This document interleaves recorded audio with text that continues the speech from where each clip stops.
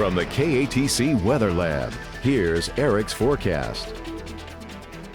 The day started off very summer-like with a good bit of sunshine and temperatures making their way into the lower 90s. But as we pushed into the afternoon, those daily pop-up showers and thunderstorms began to push through portions of Acadiana, at times producing some very intense downpours, producing 1 to 2 inches for portions of Acadiana from New Iberia up into Lafayette Parish. But a good bit of that activity is coming to an end, and drier weather should be moving in for our Sunday, and that looks to stick with us into the new work week. So let's look at the big picture across the country and we can see what's going on. Kind of the remnant moisture of Imelda getting mixed in with a cold front extending across a good portion of the country, producing some severe weather back through Kansas and up into Nebraska this evening, where they do still have some severe thunderstorm warnings in effect.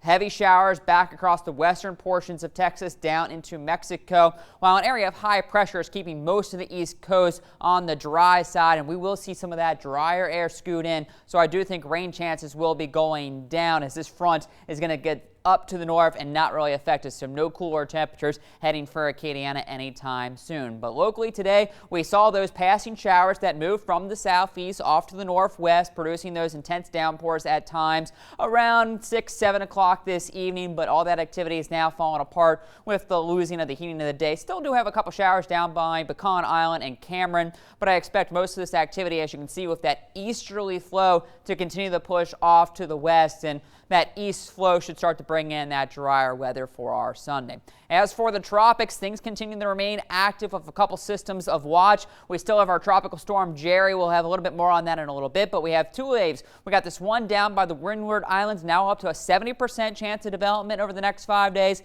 and then another wave still over the west coast of Africa, but once it gets into the Atlantic, a very good chance at 90% that it could eventually develop into something and maybe become Tropical Storm Karen. But here's the tracks of where they expect them to go. That one out over Africa should also kind of follow a very similar path to Jerry and stay out over the open Atlantic. So nothing really to watch there. But this one we will have to watch as it does move maybe into the Caribbean, but then should head up towards the Puerto Rico area and then kind of turn out that way. So still nothing imminent, but a couple things we are keeping a close eye on over the next 5 days or so. As for Tropical Storm Jerry, not really looking overly organized. You can see a lot of the convection on the southeastern side. Not really a close circulation with this, but it does still have winds at 65 miles per hour. You can see most of the convection on the southeastern side running into some drier air as it tries to move to the north and northeast. So that's why it's not looking overly that organized.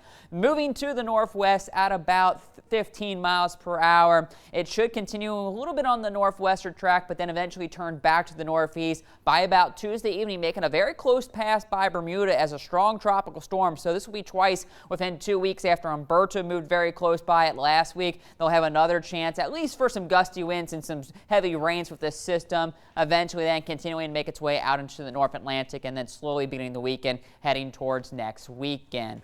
And the reason for that, again, that drier air. That's why we expect Jerry to stay out to the sea and no returns. This drier air, as I mentioned, will be working closer to us, keeping us on the sunny and dry side, at least into Monday. Even Tuesday, the dry air will be around, but you do notice some moisture beginning to move into the Gulf of Mexico. That'll get closer to us by Wednesday evening. Expected to move onshore, so rain chances will return by about Thursday afternoon and stick with us into Friday, but it does look like maybe 3 or 4 days of dry weather before that moisture returns. So here's how the short term plays it out. There's showers pushing off to the west. Maybe a stray shower continues by Lake Charles tomorrow afternoon, but most of us will be dry across Lafayette proper.